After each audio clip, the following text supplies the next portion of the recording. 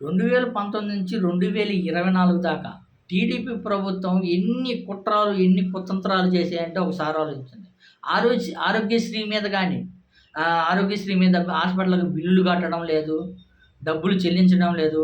అందుకని ఆరోగ్యశ్రీ ఆపేశారు. ఆరోగ్యశ్రీని ఇంక రానే రాదు అని విపరీతంగా ప్రచారం చేశారు. కానీ అది అన్ని తప్పుడు ప్రచారాలు.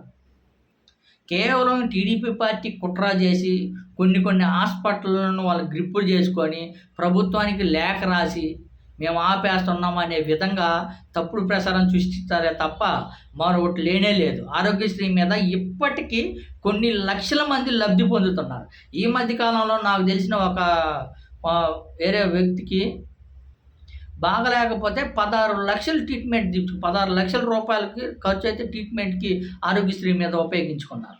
అలా కొన్ని లక్షల మంది ఉపయోగించుకున్నారు. అదేవిధంగా అది చెల్లించిన తర్వాత వాళ్ళు ఇంటి దగ్గర ఉన్న తర్వాత నెలకి ఏదైతే పేషెంట్‌కి సంబంధించిన ఖర్చులకు నిమిత్తం 5,000, 10,000 ప్రతి నెల అకౌంట్‌లో వేసే విధంగా జగన్మోహన్ రెడ్డి గారు ఆరోగ్యశ్రీ ఎంత సక్సెస్ అయిందంటే 100కి 100% సక్సెస్ అయింది. గతంలో ఏదైతే టీడీపీ ప్రభుత్వం ఉన్నప్పుడు ఈ ఆరోగ్యశ్రీ కార్డ్ మీద చూపించుకోవాలంటే ఎన్నో ఇబ్బందులు పడ్డారు. ఏదైతే ప్రైవేట్ హాస్పిటల్ వెళ్తే దోపిడీ రాజ్యమైంది గతంలో.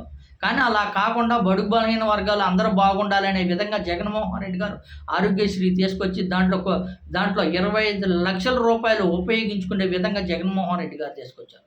కానీ ఏదైతే మంచి చేస్తారో మంచి చేసే దాని మీద తప్పుడు ప్రచారం తీసుకురావాలా, ఏదైనా వైసీపీ పార్టీని మీద నిందలేయాలనే విధంగా ఈ టీడీపీ ప్రభుత్వం కుట్రలు పండి బిల్లులు చెల్లించడం లేదు, ఆరోగ్యశ్రీ బంద్ చేస్తున్నారు అనే విధంగా తప్పుడు ప్రచారాన్ని చేస్తున్నారా తప్ప మరొకటి లేదని స్పష్టంగా అర్థమవుతుంది. ఎందుకంటే మనం చాలామందికి చూస్తుంటాం ఆరోగ్యశ్రీ మీద ఇలా చూపించుకున్నాం, ఆరోగ్యశ్రీ మీద నాకు ఇలా ఉపయోగపడిందని చాలామంది చెప్తుంటారు. కానీ టీడీ ప్రభుత్వం తప్పుడు ప్రచారం సృష్టించేది ఏంటంటే బిల్లులు చెల్లించడం లేదు, ఆరోగ్యశ్రీ బంద్ చేస్తున్నారు, ఇంకా ఆరోగ్యశ్రీ మీద ఉపయోగం లేదు అనే విధంగా తప్పుడు ప్రచారం చేస్తారే తప్ప మరొకటి లేదు.